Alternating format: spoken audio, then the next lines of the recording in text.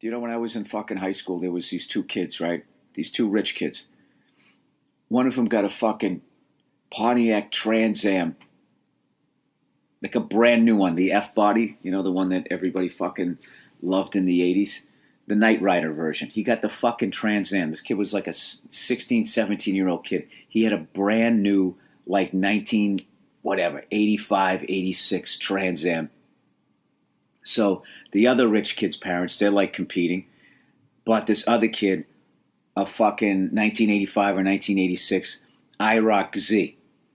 I mean, they were pulling up to the school. Their car was worth twice what their teacher's car was worth.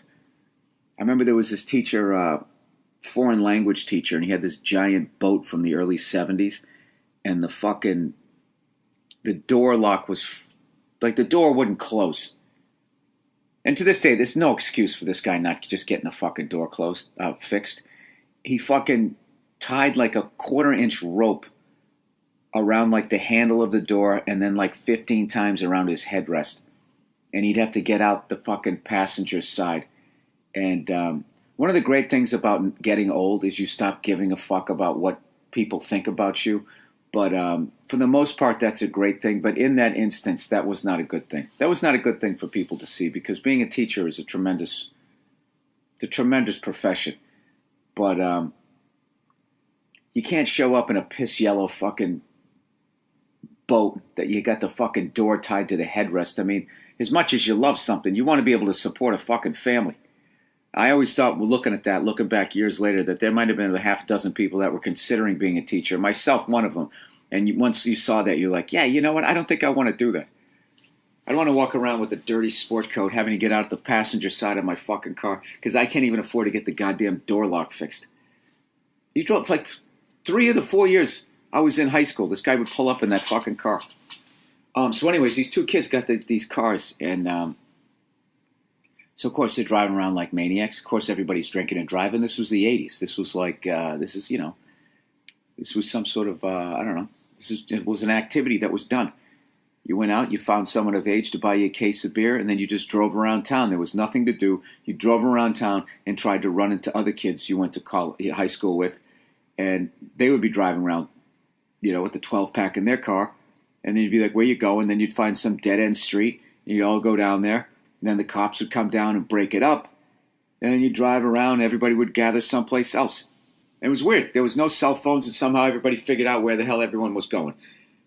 So long story short, the kid who had the Trans Am ended up fucking, going too fast, pushed it past the limit, and went flying into a bunch of trees. Fortunately, they were smaller trees, so the trees lost the battle, but he totaled his fucking car.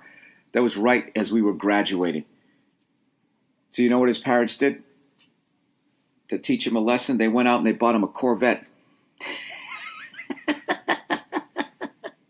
So here's the thing. Now he's got the Corvette. He fucked up. He totaled his car.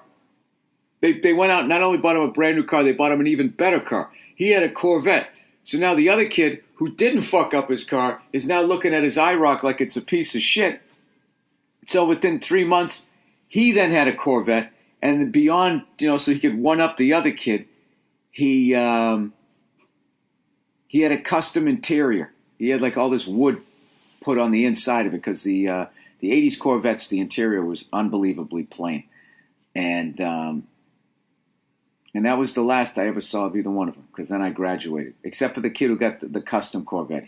I ran into him in a bar about 2 years ago. And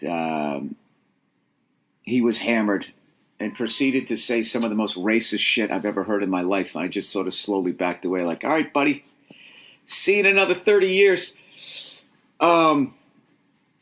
Anyways.